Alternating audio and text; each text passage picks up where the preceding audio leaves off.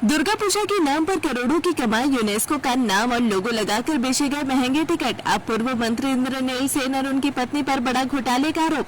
कोलकाता से इस वक्त की बड़ी खबर सामने आ रही है, जहां पश्चिम बंगाल के पूर्व मंत्री और चर्चित गायक इंद्रनील सेन और उनकी पत्नी मधुशांता सेन गंभीर आरोपों की घेरे में आ गए हैं। आरोप है कि साल 2022 में लगातार दुर्गा पूजा के दौरान कोलकाता के नामी पंडालों के लिए प्रीव्यू शो और वीआईपी एंट्री टिकट बेचकर करोड़ों रुपए का खेल किया गया। सबसे बड़ा आरोप यह है कि इन टिकटों की बिक्री में यूनेस्को के नाम और लोगों का इस्तेमाल किया गया, जबकि शिकायतकर्ताओं का दावा है कि यूनेस्को की ओर से ऐसी किसी भी व्यवसायिक गतिविधि की कभी अनुमति नहीं दी गई। बताया जा रहा है कि मां साथ नाम की एक संस्था के जरिए यह पूरा नेटवर्क चलाया जाता था। इसी संस्था के माध्यम से देश और विदेश में लोगों को विशेष एंट्री और प्रीमियम दर्शन के नाम पर टिकट बेचे जाते थे।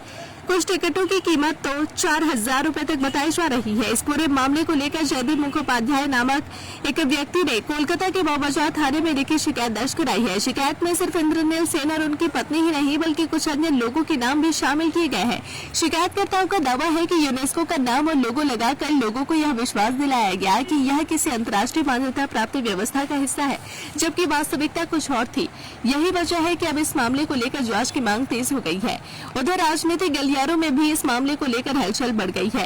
राज्य में सत्ता परिवर्तन के बाद लगातार कई पुराने मामलों की फाइलें खुल रही है और यह मामला भी सुर्खियों में आ गया है। सिर्फ दुर्गा पूजा टिकट विवाद ही नहीं, बल्कि इंद्रनील सेन पर पहले भी सरकारी सांस्कृतिक कार्यक्रम में कलाकारों को मौका दिलाने के बदले कथित रूप से कटमनी लेने जैसे आरोप लग चुके हैं। कई कलाकारों ने भी खुलकर अपनी नाराजगी जाहिर की है।